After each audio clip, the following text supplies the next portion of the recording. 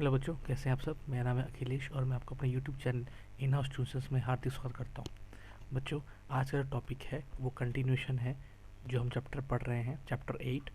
और इसमें मोशन में रिलेटेड हमने जो भी टॉपिक किया, जो भी डिस्कशन की है, उसका आई बटन लिंक में ऊपर टॉप राइट कॉर्नर में दे रहा हूँ। जो बच्चों ने प्रीवियस के वीडियोस को नहीं देखा है उनको मैं रिक्वेस्ट करूँगा कि ऊपर की वीडियोस को ज़रूर देखिएगा। यहाँ पे कोई भी ऐसा टॉपिक नहीं है जो टॉपिक आपको समझ में नहीं आएगा। कोई भी ऐसा चीज़ आपको अगर समझ में फिर भी नहीं आता है तो प्लीज़ आप उसको ज़रूर से ज़रूर कमेंट सेक्शन में एज आपका डाउट उसको लिख सकते हैं। मैं उसको जो जल्दी से जल्दी उसको सॉल्व कर दूंगा। चलिए बिना वक्त को ज़ाया किए इसको कंप्लीट करते हैं। आज का टॉपिक है वो है uniform motion and non uniform motion. अभी uniform motion non uniform motion होता क्या है, देखिए। अगर सिंपल लॉजिक से मैं आपको बताऊं, यूनिफॉर्म मोशन का मतलब होता है जहाँ पे हर एक सेम इंटरवल ऑफ टाइम में आपका डिस्टेंस सेम ट्रैवल होगा। और नॉन यूनिफॉर्म मोशन जहाँ पे सेम इंटरवल ऑफ टाइम में स्पीड या जो भी है वो अप या डाउन करेगा। ठीक है, यानी कांस्टेंट चीज़ें नहीं रहेंगी। ठीक है, चलिए एक और बार देखते हैं, पढ़ते हैं उसको फिर देखते हैं।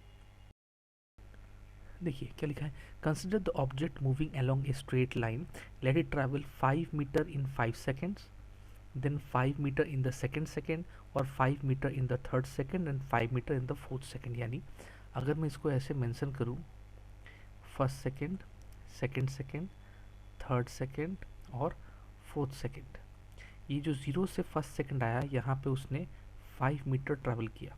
फिर यहाँ भी 5 मीटर, यहाँ भी 5 मीटर और यहाँ भी 5 मीटर।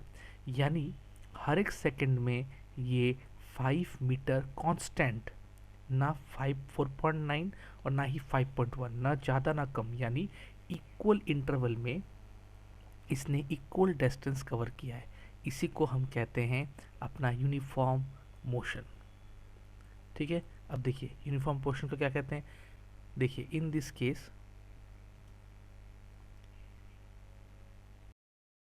हाँ, तो ये आपका डेफिनेशन बन चुका है। क्या बोला डेफिनेशन कि अगर एक ऑब्जेक्ट कवर करता है 5 मीटर इन ईच सेकेंड, इसका मतलब है तो object covers equal distance in equal interval of time. यानी ये इक्वल डिस्टेंस ट्रैवल किया था इक्वल इंटरवल ऑफ टाइम पे। इसे हम कहते हैं यूनिफॉर्म मोशन। और इसका जस्ट रिवर्स क्या हो जाएगा, if an object does not cover equal distance in equal interval of time then it is said to be non uniform motion. ठीक है, तो इसके यहाँ पे लिखा है it is said to be uniform motion. अब एक कंडीशन क्या है, यहाँ पे कंडीशन ये है कि जो टाइम इंटरवल होगा वो छोटा होना चाहिए, यानी स्मॉल होना चाहिए। ठीक है, तो फॉर एग्जांपल यहाँ लिखा है in our day to day life we come across motions where objects cover unequal distance in unequal interval of time. ठीक है, unequal distance in equal interval of time, इसे हम कहते हैं नॉन यूनिफॉर्म मोशन। तो यहाँ पे नॉन यूनिफॉर्म मोशन का डेफिनेशन, एक ऐसा मोशन जहाँ पे इक्वल डिस्टेंस ट्रैवल होता है इक्वल इंटरवल ऑफ टाइम पे, उन्हें हम कहेंगे यूनिफॉर्म मोशन। और वहीं पे अनइक्वल डिस्टेंस ट्रैवल हो रहा है लेकिन इक्वल टाइम पे, उसे हम कहेंगे हमारा नॉन यूनिफॉर्म मोशन। देखिए एक्टिविटी 8.5 में कहा है, यहाँ पे ये डिस्टेंस ए ने ट्रैवल किया है, ऑब्जेक्ट ए ने और ऑब्जेक्ट बी ने। यहाँ पे ड्यूरेशन अगर आप देखेंगे तो सब में 15 मिनट का ड्यूरेशन है। तो हर 15 मिनट में ये 10 से 20, 20 से 30, 30 से 40, यानी 10 करके अपना डिस्टेंस ट्रैवल किया है प्लस 10। ठीक है, और यहाँ पे 12 से 19, फिर 19 से 23, तो यहाँ पे डिफरेंट। तो ये पूरा क्या बन गया, ऑब्जेक्ट बी क्या बन गया, नॉन यूनिफॉर्म। और यहाँ पे ऑब्जेक्ट बन गया यूनिफॉर्म। क्यों, क्योंकि ये सेम इंटरवल में या सेम टाइम में same amount of distance constantly एकदम 10 किलोमीटर करके या 10 किलोमीटर करके वो बढ़े जा रहा है। यहाँ मीटर है, 10 मीटर करके बढ़े जा रहा है। यानी सेम इंटरवल ऑफ टाइम में वो सेम डिस्टेंस को कवर कर रहा है, इसलिए इसे हम कहेंगे यूनिफॉर्म मोशन। ठीक है, और ये ऑब्जेक्ट बी क्यों नहीं कर रहा है, क्योंकि यहाँ पे ये नॉन यूनिफॉर्म क्यों है, क्योंकि यहाँ पे इंटरवल तो सेम है, 15 मिनट का इंटरवल है, लेकिन यहाँ पे ऑब्जेक्ट ट्रैवल कर रहा है वो 12 से 19, यानी 12 से 19 कितना होता है 7, फिर 19 से 23, ठीक है। ऐसे करते करते करते वो अनयूनिफॉर्म काम कर रहा है, ठीक है। यूनिफॉर्म और नॉन यूनिफॉर्म आपको क्लियर है। अब नेक्स्ट टॉपिक हम पढ़ने वाले हैं measuring the rate of motion. अब क्या कितना मोशन हो रहा है उसका हम कैसे वैल्यू निकालें, ठीक है। देखिए look at the situation given in figure 8.1। वहाँ पे एक बॉलिंग 143 किलोमीटर पर आवर दिया है।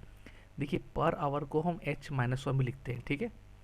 तो यहाँ पे देखिए 143 देखिए बॉलिंग स्पीड, फिर यहाँ पे दिया है 50 kilometre per our, 40 kilometre per our. ये सब क्या है मैग्नीट्यूड्स हैं। क्या है मैग्नीट्यूड प्लस यूनिट। यूनिट क्या है किलोमीटर पर आवर या मीटर पर सेकंड, ऐसे बहुत हो सकता है। इसका मतलब हमें पढ़ना पड़ेगा।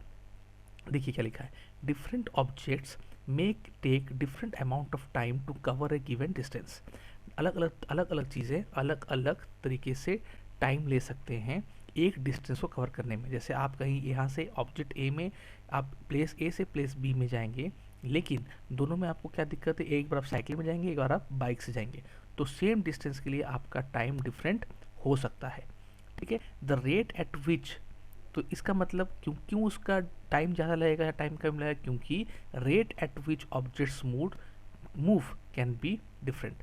जिस रेट में वो चीज़ें बढ़ रही हैं, जिस रेट में आप साइकिल चलाएंगे उस रेट से आप बाइक को नहीं चलाएंगे, बाइक और भी तेज़ चलाएंगे। तो जिस रेट पे ये ऑब्जेक्ट मूव कर रही है उसी रेट के हिसाब से हमारा स्पीड स्लो या फास्ट होता है, ठीक है। उसी हिसाब से हमें टाइम भी कम या ज़्यादा लगती है। Also different objects can move at the same rate. कभी कभी डिफरेंट ऑब्जेक्ट भी सेम रेट में मूव कर सकती है। फॉर एग्जाम्पल आपने गाड़ी को 10 किलोमीटर पर आवर में पूरा कांस्टेंट चला रहे हैं, तो साइकिल को भी आप चाहेंगे तो 10 किलोमीटर में चला सकते हैं। इसका मतलब क्या होता है कि हर एक चीज़ में हम चाहेंगे तो डिफरेंट डिफरेंट स्पीड को एक्सेप्ट कर सकते हैं या फिर सेम स्पीड को भी एक्कम्पनी कर सकते हैं। One of the ways of measuring the rate of motion of an object is find out the, ये तरीका देखिए ये इंपॉर्टेंट है। यहाँ पे डेफिनेशन है जो हम पढ़ने वाले कि एक तरीका है जहाँ हम मेजर कर सकते हैं कि कितना वो स्पीड से गया कोई भी ऑब्जेक्ट। कैसे कि उसका डिस्टेंस पहले निकालिए और टाइम पे, यूनिट टाइम पे, यानी डिस्टेंस बाय यूनिट टाइम। तो इसी को हम कहते हैं स्पीड। हम जो लिखते हैं ना speed equal to distance by time, आपने पढ़ा होगा ये। तो ये क्या है distance covered by unit time. ये कितना डिस्टेंस ट्रैवल किया उसके बाद यूनिट टाइम, यानी ठीक है, यानी एक टाइम पे वो कितना डिस्टेंस ट्रैवल किया। इसका ऐसा यूनिट क्या होता है जैसे रिप्रेजेंट करते हैं, इसका होता है मीटर पर सेकेंड या सेंटीमीटर पर सेकेंड या होता है किलोमीटर पर आवर।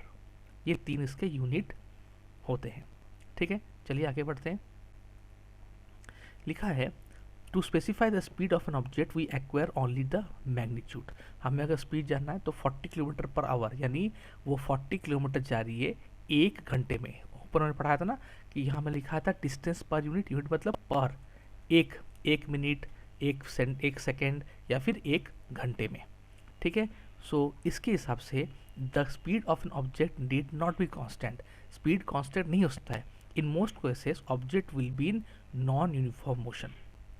आप जो कार चला रहे हैं आप बोलेंगे कि मैं तो लगातार 60 किलोमीटर पर आवर में चला रहा हूँ, लेकिन जब आपने स्टार्ट किया था क्या आप 60 में स्टार्ट किए थे? नहीं। और जब आप ख़त्म करेंगे क्या 60 में ख़त्म करेंगे? नहीं।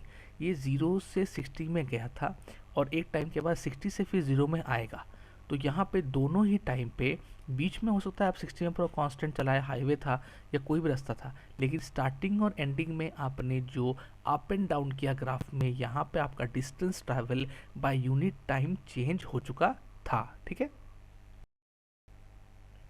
इसका मतलब therefore such object we describe the rate of motion of such object in terms of their average speed।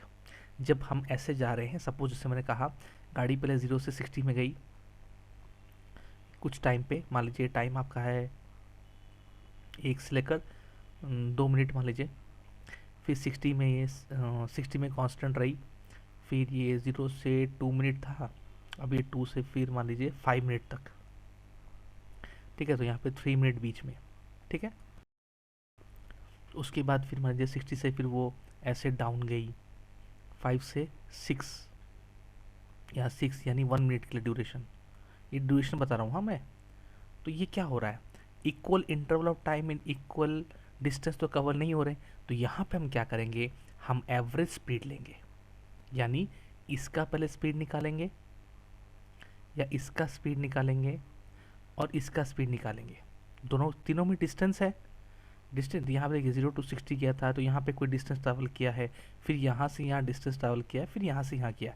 अब ये डिस्टेंस को ट्रैवल करके और सबका स्पीड निकाल के एवरेज कर लेंगे, या फिर ये formula total distance by total time taken. तो ये हमारा पहला फिजिक्स का फर्स्ट फार्मूला, ये हमारा फार्मूला 1 एकदम फिजिक्स का फर्स्ट फार्मूला इस क्लास 9 में, जो कि है speed is equal to distance by time taken. तो एवरेज स्पीड क्या हो जाएगा, एवरेज स्पीड क्या हो जाएगा, एवरेज डिस्टेंस बाय या total distance by total time taken. ठीक है, so let us understand by an example. A car travel by a distance of 100 kilometre in 2 hour, it average speed is 50 kilometre per hour. The car might not have travel 50 kilometre per our in all the time. 100 kilometre travel किया है 2 घंटे में, इसका मतलब वहाँ पे average speed हम बोलेंगे 50 किलोमीटर पर आवर। क्यों हम नहीं बोल सकते कि कांस्टेंट स्पीड है, क्योंकि 50 में उसने गाड़ी स्टार्ट नहीं की थी और ना ही 50 में उसने बंद की थी। इन एनी कंडीशन कभी भी 50 में कांस्टेंट हम नहीं रख सकते। पक्का वहाँ पे मूवमेंट में गाड़ी में बहुत कुछ है, रास्ते के हिसाब से हम कभी भी गाड़ी को 50 में कांस्टेंट नहीं रख सकते for a longer period of time. इसलिए हम वेलोसिटी में एवरेज स्पीड की वेलोसिटी नहीं एवरेज स्पीड की बात करते हैं।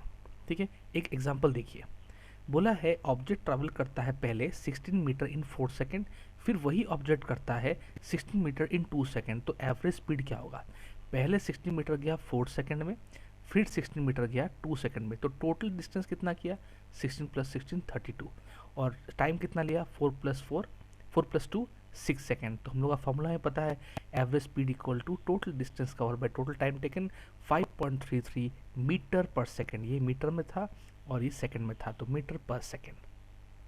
ठीक है, अब ये चीज़ें यहाँ पे लागू होती हैं। देखिए कितना इजी टॉपिक था, हमने जो आज टॉपिक में पढ़ा यूनिफॉर्म और नॉन यूनिफॉर्म मोशन क्या होता है, उसका हमने स्पीड पढ़ा, और स्पीड के साथ हमने एवरेज स्पीड के बारे में पढ़ा, डिस्टेंस बाय टाइम के बारे में पढ़ा, डिस्टेंस इक्वली स्वीप क्यों नहीं कर पाते उसका रीज़न भी हम समझे, और हमने डिफरेंट एसआई यूनिट को भी ध्यान में रखा। ठीक है, अब इसके बाद और टॉपिक है वो बहुत इंटरेस्टिंग है, यहाँ पे 1-2 बार इसको रीडिंग कीजिए अभी तुरंत, और नेक्स्ट वीडियो में देखिए वहाँ पे मैंने नेक्स्ट टॉपिक जो है स्पीड विद डायरेक्शन कराया। लेकिन उसको करने से पहले आप स्पीड को पहले देख लीजिए, क्योंकि यहाँ पे टॉपिक मैंने गलती से बोल दिया था फॉर्मूला लिखते वक्त कि एवरेज वेलोसिटी मैंने कह दिया था, तो वो क्या चीज़ है वो हम नेक्स्ट क्लास में पढ़ेंगे। दोनों का कॉन्सेप्ट बस बराबर ही है, करने का तरीका ही बराबर है, लेकिन स्पीड और वेलोसिटी में एक डिफरेंस है, उसको हम नेक्स्ट क्लास में ज़रूर से ज़रूर देखेंगे। तो अभी के लिए आप इसको, अगर अपने वीडियो को पहले वाला नहीं देखा है तो प्लीज़ वहाँ पे जाके मेरे चैनल में जाके प्लेलिस्ट में आप उसको सर्च कर सकते हैं, या फिर आप खुद ही उसको एक बार रीड आउट कर सकते हैं।